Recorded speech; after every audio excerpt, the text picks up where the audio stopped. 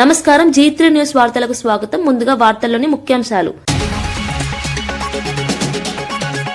కేసీఆర్ హయాంలో పూర్తయిన ప్రాజెక్టులను ప్రారంభించిన సీఎం రేవంత్ 90% పూర్తయిన ప్రాజెక్టులకు ఇప్పుడు ప్రారంభోత్సవాలు. ఇరిగేషన్ ప్రాజెక్టులపై మరోసారి రాజకీయ దుమారం. సాగునీటి ప్రాజెక్టుల ప్రారంభంపై బీఆర్ఎస్ అభ్యంతరం. మహిళలపై మంత్రి వాకిటి శ్రీహరి అనుచిత వ్యాఖ్యలు. పరుష పదజాలంతో మంత్రి తీరుపై ఆగ్రహం. మహిళల గౌరవానికి భంగమన్న మహిళా సంఘాలు. మంత్రి వ్యాఖ్యలపై చర్యలు తీసుకోవాలని డిమాండ్. వేములవాడ రాజన్నను దర్శించిన మంత్రి సీతక్క. కుటుంబంతో కలిసి మొక్కులు చెల్లించిన మంత్రి. మేడారం గద్దెల పునః ప్రారంభానికి పిలుపు. భక్తుల్లో ఉత్సాహం నింపిన మంత్రి దర్శనం. ఎర్రగొండపాలెంపై ఘాటు రాజకీయ వ్యాఖ్యలు. సోషల్ మీడియాలో వైసీపీ టీడీపీ మాటల యుద్ధం. ప్రజల మద్దతే రాజకీయ బలమన్న వ్యాఖ్యలు. వ్యక్తిగత విమర్శలతో వేడెక్కిన రాజకీయ వాతావరణం. హనుమంతుడి విగ్రహం చుట్టూ శునక ప్రదక్షిణలు సంచలనం. దైవలీలగా భావించి శునకానికి పూజలు చేస్తున్న భక్తులు. ఉత్తరప్రదేశ్ బిజ్నోర్లో వైరల్ అయిన అపూర్వ ఘటన. విశ్వాసం భావోద్వేగాల మధ్య దేశవ్యాప్తంగా చర్చ. బీఆర్ఎస్ పాలనలోనే 90% పైగా పనులు పూర్తి చేసుకున్న 2 కీలక ఇరిగేషన్ ప్రాజెక్టులను ముఖ్యమంత్రి రేవంత్ రెడ్డి నేడు ప్రారంభించారు. 0.98 టీఎంసీల నీటి నిల్వ సామర్థ్యం కలిగిన చనాకా కొరాటా బరాజ్ సెప్టెంబర్ 2023లోనే ట్రయల్ రన్ పూర్తి చేసుకుంది. అలాగే కేసీఆర్ హయాంలోనే దాదాపు 90% పనులు పూర్తయిన సదర్మాట్ ప్రాజెక్టు కూడా ఈ రోజు ప్రారంభించారు. ఈ 2 ప్రాజెక్టులు గత ప్రభుత్వ హయాంలోని నిర్మాణ దశలో కీలకమైన మైలురాళ్లను చేరుకున్నాయని బీఆర్ఎస్ వర్గాలు చెబుతున్నాయి. రైతులకు సాగునీరు అందించడంలో ఈ ప్రాజెక్టులు కీలకంగా మారనున్నాయి. అయితే పూర్తయిన పనులపై కొత్త ప్రభుత్వం ప్రారంభోత్సవాలు చేసుకోవడంపై రాజకీయ వర్గాల్లో చర్చ సాగుతోంది. ఈ అంశం ఇరిగేషన్ రంగంలో మరోసారి రాజకీయ దుమారానికి దారితీస్తుంది.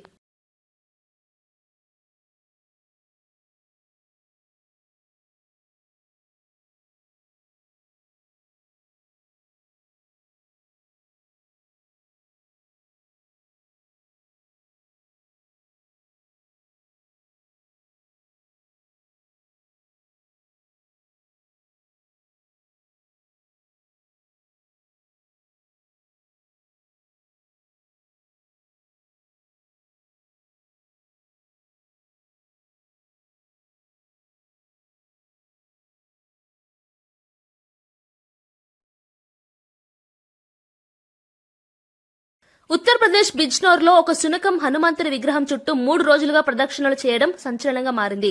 సుమారు 4 రోజుల పాటు నిరంతరంగా విగ్రహం చుట్టూ తిరగడంతో అలసిపోయి ఒక మూలన కూర్చున్న దృశ్యాలు సోషల్ మీడియాలో వైరల్ అయ్యాయి. దీన్ని దైవలీలగా భావించిన వేలాది మంది భక్తులు అక్కడికి చేరుకుని శునకానికి సాష్టాంగ నమస్కారాలు చేస్తూ పూజలు నిర్వహిస్తున్నారు. విషయం తెలుసుకున్న వైద్యులు శునకాన్ని పరీక్షించగా ఎలాంటి అనారోగ్యం లేదని తేల్చారు. ఈ ఘటనతో ఆ ప్రాంతం భక్తులతో కిటకిటలాడుతోంది.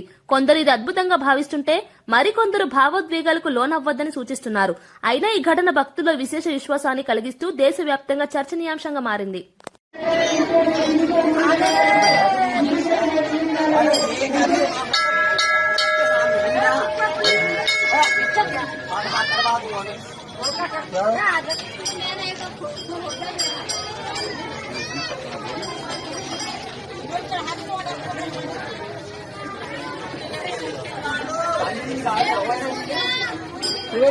निकलते रहो देख निकलते रहो। अरे छुओ मत ना।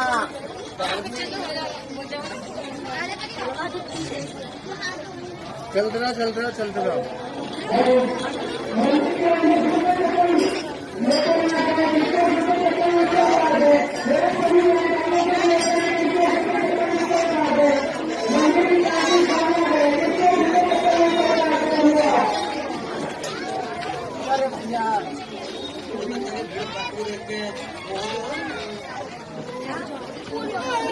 నిర్మల్ జిల్లా కేంద్రంలోని ఎన్టీఆర్ స్టేడియంలో నిర్వహించిన ముఖ్యమంత్రి రేవంత్ రెడ్డి బహిరంగ సభలో అవ్యవస్థలు బయటపడ్డాయి. ఉదయం 10 గంటలకే సభకు తీసుకువచ్చిన మహిళలు 3 గంటలు గడిచినా కనీసం భోజనం, తాగునీరు అందించలేదని ఆవేదన వ్యక్తం చేస్తూ సభాస్థలం నుంచి బయటకు వెళ్లిపోయారు. సీఎం రేవంత్ రెడ్డి రాకముందే పెద్ద సంఖ్యలో మహిళలు నిరాశతో సభను వీడటం రాజకీయంగా చర్చకు దారితీసింది. పండుగ సమయమని ఇంటి పనులు వదిలి వచ్చామని, కనీస సౌకర్యాలు కల్పించకపోవడం బాధాకరమని మహిళలు తెలిపారు. నిర్వాహకుల నిర్లక్ష్యంపై తీవ్ర అసంతృప్తి వ్యక్తమైంది. ప్రభుత్వ కార్యక్రమాల్లో ప్రజలకు మౌలిక సదుపాయాలు కల్పించాల్సిన బాధ్యత ఉందని పలువురు వ్యాఖ్యానిస్తున్నారు. ఈ ఘటన పాలనా వ్యవస్థపై విమర్శలకు దారితీసింది.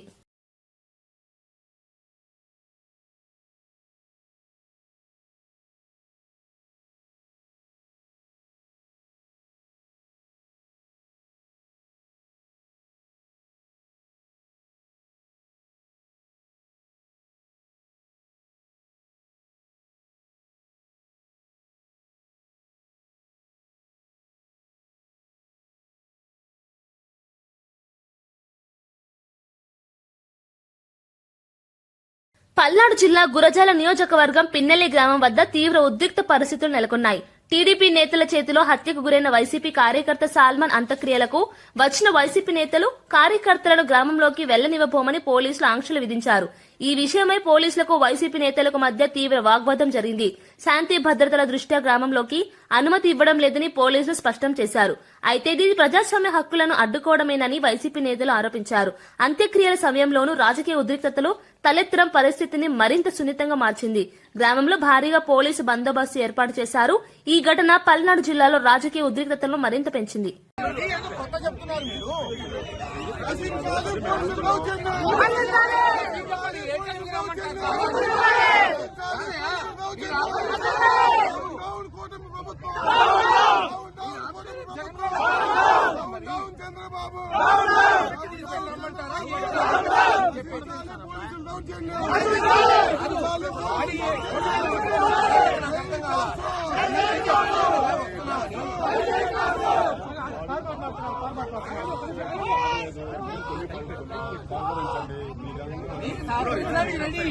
మీరు అందరినీ ఎలా చేయకపోతే ఎట్లా అంటున్నా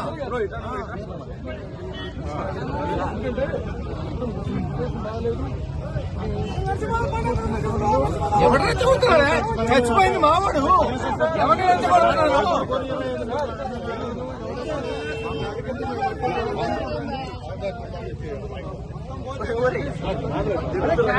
ఎట్టబోతాము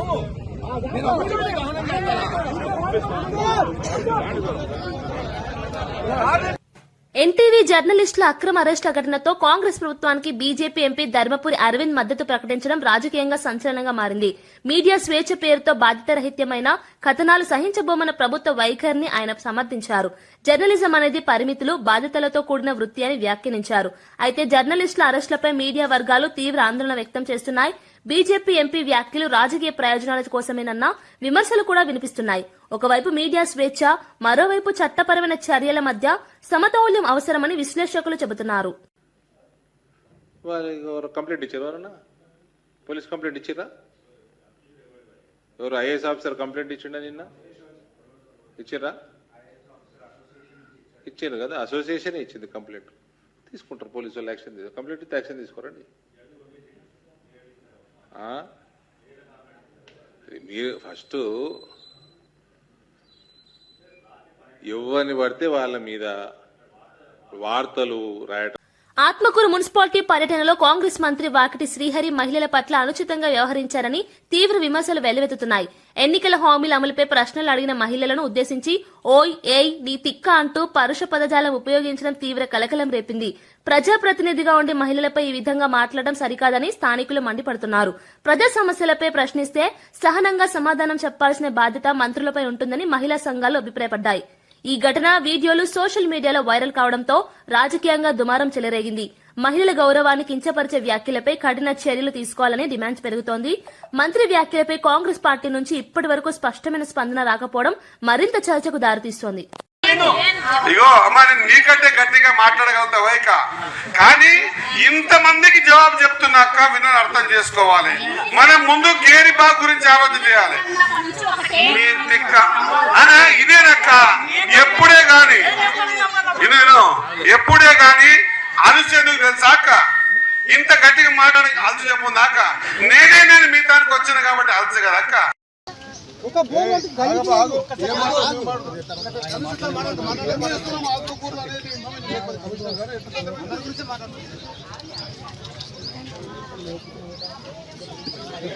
ఫైల్ అయిపోయిందిగా, నేను కావాలంటాడా? తీసేస్తాడా? ఇంకేవాడు వేరే వేరే డిపార్ట్మెంట్ వచ్చే పైసలు ఏమైపోయిందంటే ఈజీ ఫ్రీ అయిపోయింది. మంత్రి అంటే ఫ్రీ అయిపోయింది. మీ కానపురంకి వచ్చిన అర్థమైంది కదా. నేను వచ్చినప్పుడు మిమ్మల్ని వెయిట్ చేయించబోతు వచ్చింది కాదు కదా. మీరు అనుకుంటే ఇట్లాగానే అయితే కదా మళ్ళీ మీరు కిలో కొట్టుకుంటే కూడా మీరు అనుకోని కాలేజీలు మొత్తనే నీకు వచ్చే పరిస్థితి పెడతా. ఒక్క నిమిషం ఆగండమ్మా అక్క, ఒక్క నిమిషం ఆగండి. తీసుకురా నువ్వు కూడా మాట్లాడతా అక్క.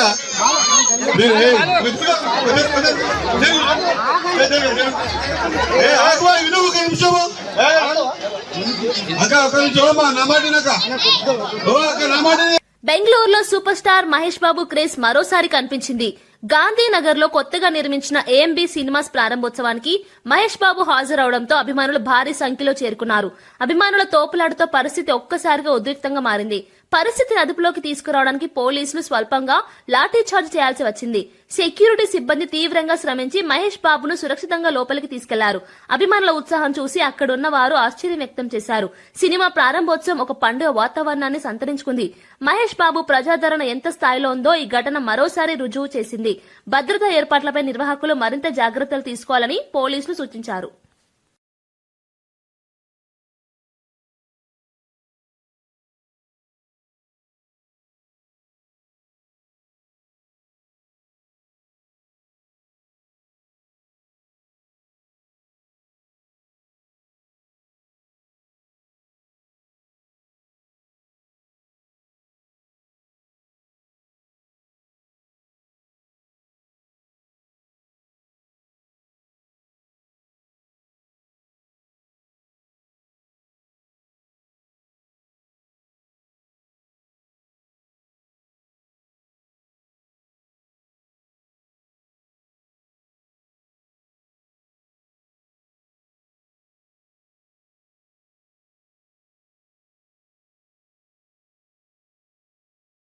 అనంతపురంలో నంబూరి వైన్ షాప్ దగ్ధం కేసులో కీలక పరిణామం చోటు చేసుకుంది. ప్రధాన నిందితుడు అఖిల్ మరో వ్యక్తి బాబా ఫక్రుద్దీన్ తో కలిసి 4వ పట్టణ పోలీస్ స్టేషన్లో లొంగిపోయాడు. ఫోన్ పే చేసినా చేయలేదని షాపు సిబ్బంది అనడంతో కోపంతో వైన్ షాప్ కు నిప్పు పెట్టానని అఖిల్ మీడియాకు వెల్లడించాడు. అతడు మాట్లాడుతుండగానే పోలీసులు బలవంతంగా లోపలికి తీసుకెళ్లడం చర్చనీయాంశంగా మారింది. ఈ ఘటనపై పోలీసులు కేసు నమోదు చేసి విచారణ జరుపుతున్నారు. నిందితుడి వాంగ్మూలం సంచలనంగా మారింది. ఒక చిన్న వివాదం ఇంతటి ప్రమాదానికి దారితీసిందని స్థానికులు ఆందోళన వ్యక్తం చేస్తున్నారు. ప్రజలు చట్టాన్ని చేతుల్లోకి తీసుకోకుండా సంయమనం పాటించాలని పోలీసులు హెచ్చరిస్తున్నారు.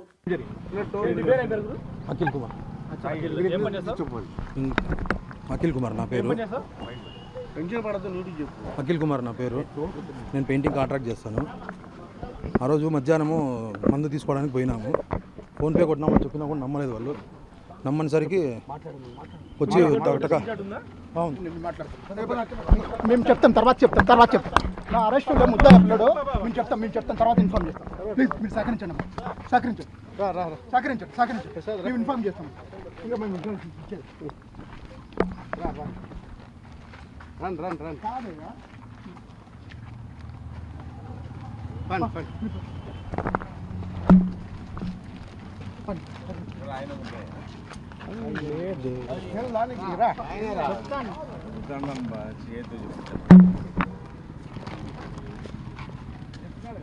సికింద్రాబాద్ పేరు మార్చేందుకు కుట్ర జరుగుతోందని మాజీ మంత్రి తలసాని శ్రీనివాస్ యాదవ్ ఆరోపించారు. సికింద్రాబాద్ అస్తిత్వం, ఆత్మగౌరవాన్ని కాపాడేందుకు ర్యాలీ నిర్వహించనున్నట్లు ప్రకటించారు.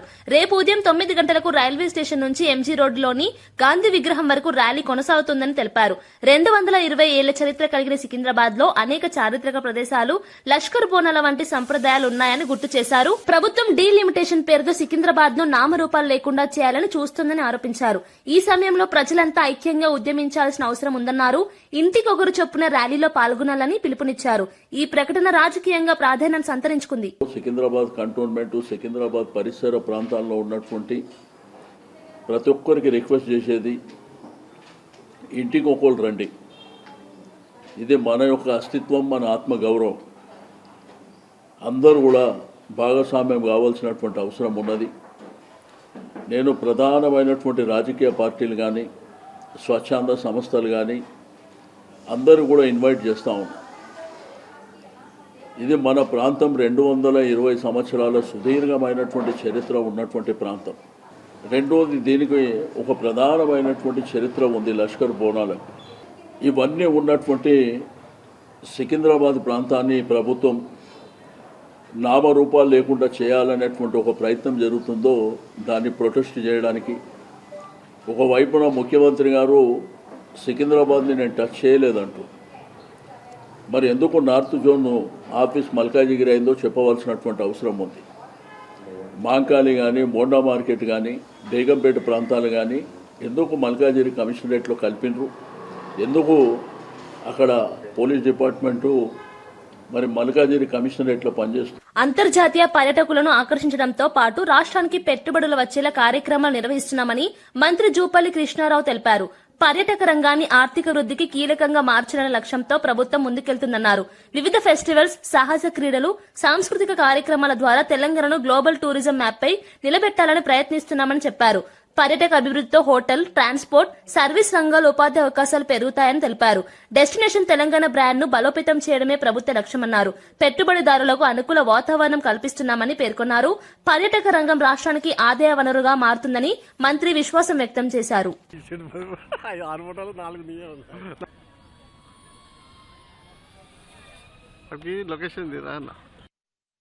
హాట్ ఎయిర్ బెలూన్స్ ద్వారా ఒకటి టూరిజాన్ని ప్రమోట్ చేయడంతో పాటుగా అంటే గొప్ప గొప్ప కోటలు కావచ్చు, దేవాలయాలు కావచ్చు, అట్లాగే ప్రకృతి రమణీయత కావచ్చు, ఇవన్నీ కూడా హైదరాబాద్ అందాన్ని ఆకాశానికి వెళ్ళి తెలియగలిచడం.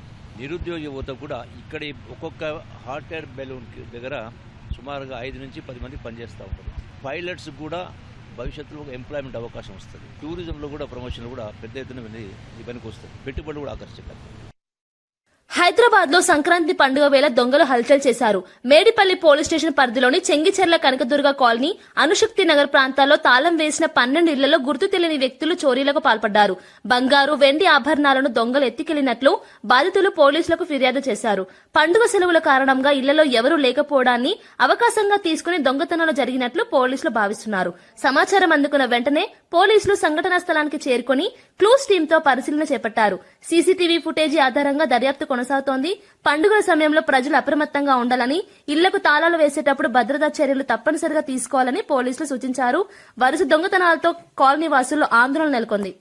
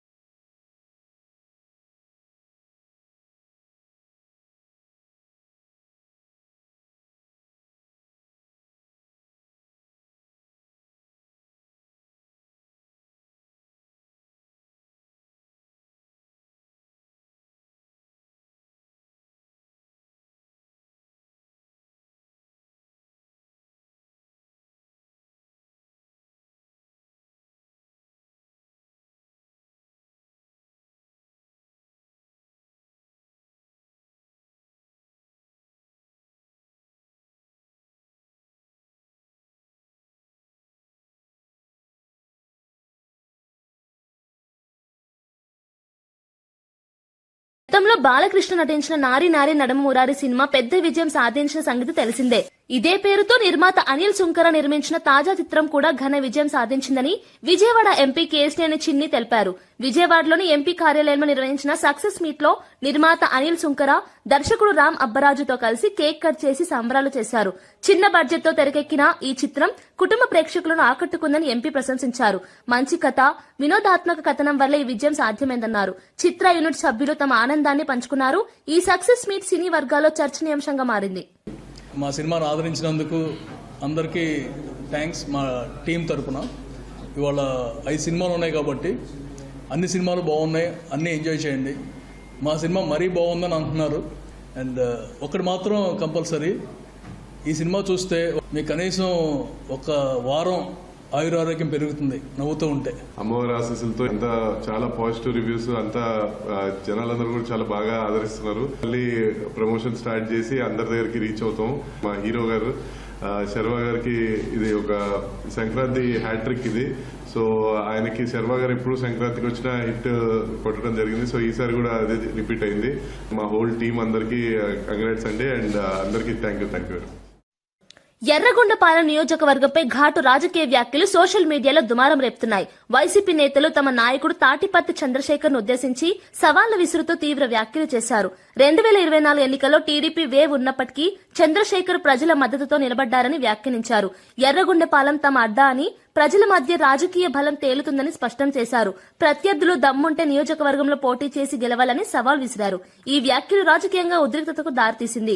సోషల్ మీడియా వేదికగా సాగుతున్న ఈ మాటలు యుద్దం స్థానిక రాజకీయ వాతావరణాన్ని వేడెక్కిస్తోంది. ప్రజా సమస్యల కన్నా వ్యక్తిగత విమర్శలకే ప్రాధాన్యం పెరుగుతోందన్న విమర్శలు కూడా వినిపిస్తున్నాయి. ఎర్రగొండపాలెం గడ్డ అడ్డ, ఎర్రగొండపాలెం అడ్డ, వైఎస్ఆర్ కాంగ్రెస్ పార్టీ అడ్డ. లేట్ గా వచ్చిన రాజకీయాలకి లేటెస్ట్ గా ఈ సునామీలో కూడా ఎవడు పడితే దింప జరిగి మైండ్ బ్లాక్ అవుతుందో ఆయన ఎర్రగొండపాలెం ఎమ్మెల్యే తాటిపత్తి చంద్రశేఖర్ అని ప్రూవ్ చేసుకున్నారు. నిజంగా జగనన్న జెండాని చేతిలో, జగనన్నని రాజశేఖర రెడ్డిని గుండెల్లో పెట్టుకున్న మీ అందరికీ నా పాదాభివందనాలు. మంత్రి సీతక్క తన కుటుంబ సభ్యులతో కలిసి వేములవాడ రాజన్నను దర్శించుకున్నారు. ఆలయ సంప్రదాయం ప్రకారం కోడెను కట్టి మొక్కులు చెల్లించుకున్నారు. ఈ సందర్భంగా ఆమె మాట్లాడుతూ జనవరి 19న మేడారంలో ముఖ్యమంత్రి రేవంత్ రెడ్డి చేతుల మీదుగా జరగనున్న సమ్మక్క సారలమ్మ గద్దెల పునః ప్రారంభోత్సవాన్ని విజయవంతం చేయాలని పిలుపునిచ్చారు. ఈ కార్యక్రమం గిరిజన సంప్రదాయాలకు ప్రతీకగా నిలుస్తుందని తెలిపారు. ఆలయ ప్రాంగణంలో జరిగిన పూజా కార్యక్రమాల్లో ప్రభుత్వ విప్ ఆది శ్రీనివాస్, జిల్లా కలెక్టర్ గరిమా అగర్వాల్ పాల్గొన్నారు. మంత్రి సీతక్క దర్శనం భక్తుల ఉత్సాహాన్ని నింపింది. మేడారం ఉత్సవాల ఏర్పాట్లు వేగంగా జరుగుతున్నాయని, భక్తులకు ఎలాంటి ఇబ్బందులు కలగకుండా చర్యలు తీసుకుంటున్నామని అధికారులు తెలిపారు.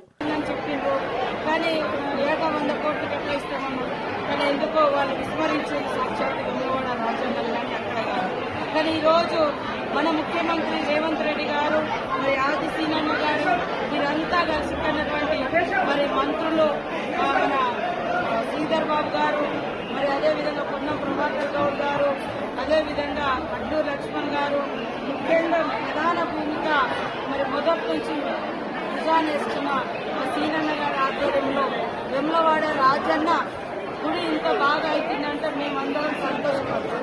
ఎందుకంటే మా గుడి ఎంతైతే మేము అంటే భక్తి ఉంటుందో అక్కడికంటే ముందు ఇక్కడికి వచ్చి మొక్కులు చెల్లించుకొని మేము అక్కడికి పోతాం. మా తల్లిదండ్రులు కానీ మా ఊళ్ళో కానీ అందరూ మాస్ పబ్లిక్ అత్యధికంగా వచ్చాం. కాబట్టి సౌకర్యాలు అనేది కల్పించాల్సిన బాధ్యత ఉంది. మన సీఎం రేవంత్ రెడ్డి గారు సాధారణ భక్తుల యొక్క మనోభావాలను గుర్తుపెట్టుకొని మరి ఇంత గొప్ప కార్యక్రమానికి వారు శ్రీకారం చుట్టినందుకు అంతకుముందు కూడా కలిసినప్పుడు చెప్పడం జరిగింది. అసలు వెమ్లవాడ రాజన్నను కొంతమంది ఏం డెవలప్ చేయొద్దు, ఏదో అవుతుంది, దర్శనం అయితే ఇట్లా అట్లా ఏదో రకరకాల దుష్ప్రచారాలు చేస్తారు. కానీ ఇంత గొప్ప దేవుని దగ్గరికి ఇన్ని లక్షల మంది వస్తున్నారు. కాబట్టి ఇది చేపట్టడం సామాన్యులు చాలా మంది. వార్తలు ముగించే ముందు ముఖ్యాంశాలు మరోసారి. కేసీఆర్ హయాంలో పూర్తయిన ప్రాజెక్టులను ప్రారంభించిన సీఎం రేవంత్ 90% పూర్తయిన ప్రాజెక్టులకు ఇప్పుడు ప్రారంభోత్సవాలు. ఇరిగేషన్ ప్రాజెక్టులపై మరోసారి రాజకీయ దుమారం. సాగునీటి ప్రాజెక్టుల ప్రారంభంపై బీఆర్ఎస్ అభ్యంతరం. మహిళలపై మంత్రి వాకిటి శ్రీహరి అనుచిత వ్యాఖ్యలు. పరుష పదజాలంతో మంత్రి తీరుపై ఆగ్రహం. మహిళల గౌరవానికి భంగమన్న మహిళా సంఘాలు. మంత్రి వ్యాఖ్యలపై చర్యలు తీసుకోవాలని డిమాండ్. వేములవాడ రాజన్నను దర్శించిన మంత్రి సీతక్క. కుటుంబంతో కలిసి మొక్కులు చెల్లించిన మంత్రి. మేడారం గద్దెల పునః ప్రారంభానికి పిలుపు. భక్తుల్లో ఉత్సాహం నింపిన మంత్రి దర్శనం. ఎర్రగొండపాలెంపై ఘాటు రాజకీయ వ్యాఖ్యలు. సోషల్ మీడియాలో వైసీపీ టీడీపీ మాటల యుద్ధం. ప్రజల మద్దతే రాజకీయ బలమన్న వ్యాఖ్యలు. వ్యక్తిగత విమర్శలతో వేడెక్కిన రాజకీయ వాతావరణం. హనుమంతుడి విగ్రహం చుట్టూ శునక ప్రదక్షిణలు సంచలనం. దైవలీలగా భావించి శునకానికి పూజలు చేస్తున్న భక్తులు. ఉత్తరప్రదేశ్ బిజ్నోర్లో వైరల్ అయిన అపూర్వ ఘటన. విశ్వాసం భావోద్వేగాల మధ్య దేశవ్యాప్తంగా చర్చ. ఇవి ఈనాటి వార్తా విశేషాలు. మరో బులెటిన్లో మళ్ళీ కలుద్దాం. నమస్కారం.